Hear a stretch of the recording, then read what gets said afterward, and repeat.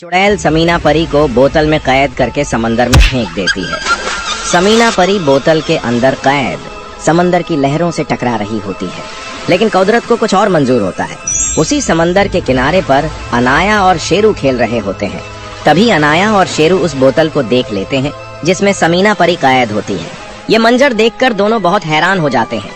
अनाया तुरंत बोतल खोलकर समीना परी को आजाद कर देती है। फिर समीना परी अनाया से मदद मांगने लगती है और कहती है, समंदर के बीच हमारा एक बहुत खूबसूरत राज्य था, लेकिन एक दिन एक चुड़ैल ने अपने जादू से हमारा राज्य देख लिया। उसे लगा कि अगर वो हमारे राज्य से कुछ पा ले तो और ज्यादा शक्तिशाली हो जाएगी। फिर चुड़ैल समंदर के किनारे आई और नाव पर बैठकर कुछ दिनों के सफर के बाद हमारे राज्य के करीब पहुंच गई। थोड़ी ही देर में वो हमारे राज्य में दाखिल हो गई। मैं और सुमायरा परी ने उस चुड़ैल को देख लिया और उसे रोकने की पूरी कोशिश की, लेकिन हम रोक नहीं पाए। फिर उसने सुमायरा परी को घायल कर दिया और मुझे अपने जादू से बोतल में बंद करके समंदर में फेंक दिया। कृपया अनाया हमारी मदद करो। अनाया और शेरू यह सुनकर बहुत हैरान हो जाते हैं और फिर समीना परी को अपने घर ले आते हैं। समीना परी अनाया को बताती है कि चुड़ैल को हराने का सिर्फ एक ही तरीका है, एक जादुई छड़ी जो इस नक्शे के मुताबिक समंदर के बीचों बीच छिपी हुई है। वहाँ एक राक्षस मॉन्स्टर भी है। दूसरी तरफ चुड़ैल के सामने जो भी परी आती है वो उसे खत्म कर देती है और महल की तरफ बढ़ रही होती है। अंदर जाते ही चुड़ैल रानी परी से कहती है, मुझे जादुई लॉकेट दो वरना मैं सब परियों को भस्म कर दूंगी। रानी परी लॉकेट नहीं देती तो चुड़ैल महल में सब परियों को अपने जादू से मार देती है। रानी परी लॉकेट को बचाने के लिए महल से तुरंत निकल जाती है और छत पर जाकर महल से छलांग लगा देती है। नीचे जोर से गिरती है। फिर किरण और इरम परी उसके पास आती हैं और उसे पकड़कर एक छोटे से घर ले जाती है। वहाँ एक बुजुर्ग औरत रानी परी की मरहम पट्टी करती है।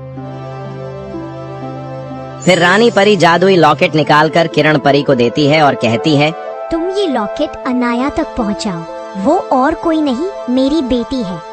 किरण परी यह सुनकर हैरान हो जाती है और कहती है, नी परी, मैं हर हाल में ये लॉकेट अनाया तक पहुंचाऊंगी।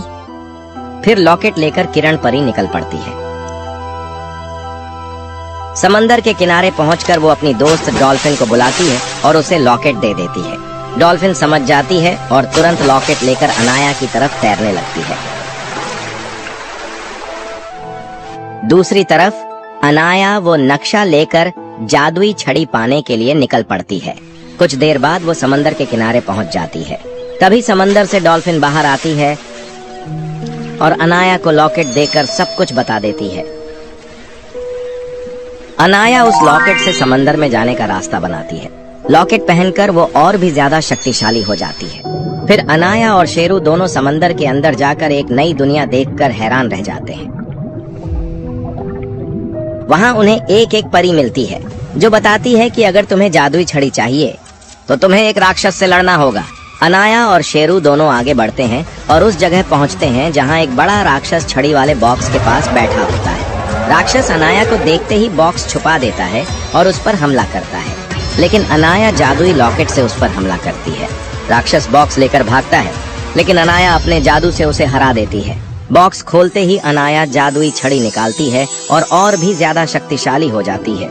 छड़ी लेकर अनाया और शेरू वापस ऊपर आ जाते हैं। एक छोटी सी नाव पर बैठकर अनाया, शेरू और समीना परी राज्य की तरफ निकल पड़ते हैं। कुछ देर बाद वो किनारे तक पहुंच जाते हैं। रास्ते में उन्हें कुछ परियां जंगल में कैद दिखती हैं, जिन्हें अनाया जादू से आजाद कर देती है। आगे बढ़ते हुए कुछ और जानवर भी मिलते हैं जिन्हें चुड़ैल ने कैद किया होता है। अनाया सबको आजाद कर देती है। फिर अनाया उस घर तक पहुंचती है जहां रानी परी होती है। अंदर जाते ही रानी परी अनाया को देखकर बहुत खुश होती है और उसे जोर से गले लगा लेती है। दूसरी तरफ चुड़ैल काले जादू से परियां बनाती है और उन्हें लॉकेट ढूंढने भेज देती है। वो परियां लोगों के घर जला रही होती हैं, सब कुछ तबाह कर रही होती है। फिर अनाया आती है और अपनी जादुई छड़ी से सब परियों को खत्म कर देती है। फिर जादू से सब घर पहले जैसे कर देती है। फिर अनाया महल के अंदर जाती है जहां चुड़ैल जादू कर रही होती है। अनाया उस जादू को रोकती है। फिर अनाया और सब परियां मिलकर एक साथ चुड़ैल पर जादू करती है। चुड़ैल कमजोर होकर नीचे गिर जाती है। अनाया चुड़ैल की छड़ी लेकर और भी ज्यादा शक्तिशाली हो जाती है। फिर अनाया चुड़ैल को बोतल में बंद करके समंदर की गहराइयों में फेंक देती है।